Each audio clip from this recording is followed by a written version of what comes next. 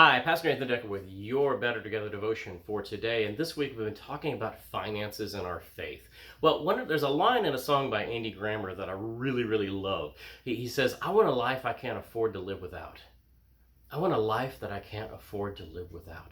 I love that concept of trying to make our life a life that we are living in such a way that is so abundant.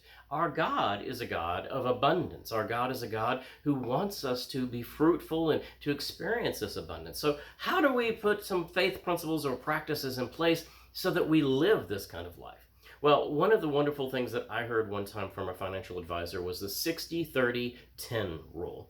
And I love teaching this to youth groups and to children and things. I'll grab 10 pieces of gum and I'll say, okay, here's what we're going to do. We're going to use these 6 pieces of gum, for going to school each day, and then one for Saturday. And that'll give us a piece of gum for almost every day of the week. And then on Sunday, we're going to give one piece away to someone else to be charitable. That one piece. But we'll have those other 3. We're going to put those other 3 to the side so that when there are days that we don't have a piece of gum, we can go into that piece of gum and find one of those.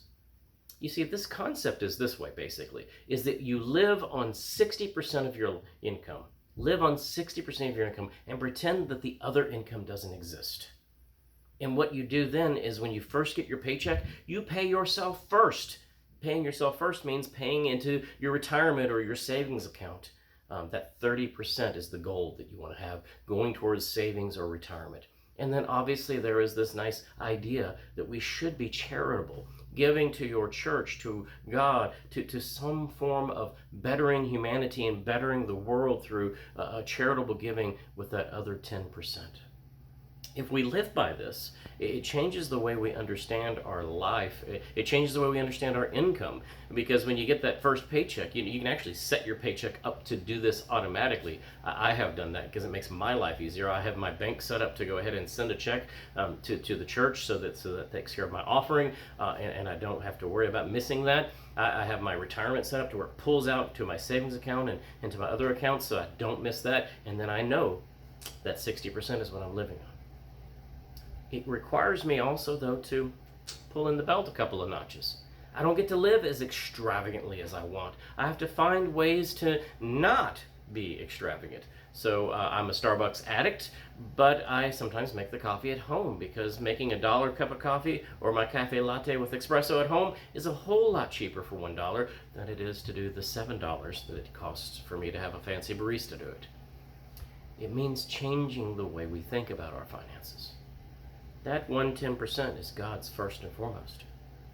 The 3 is for emergencies and for the life that I want to have as a legacy later. The 60% is for me to live on now.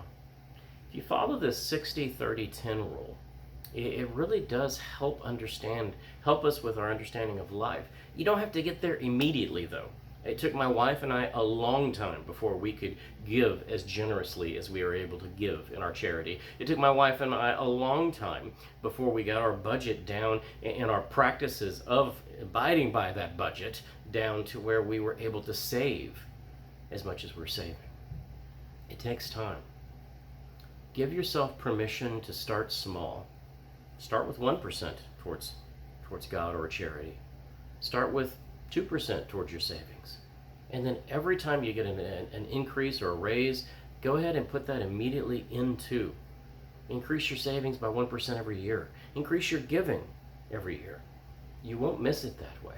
You'll never realize you didn't have it. And life and the whole world will be better together.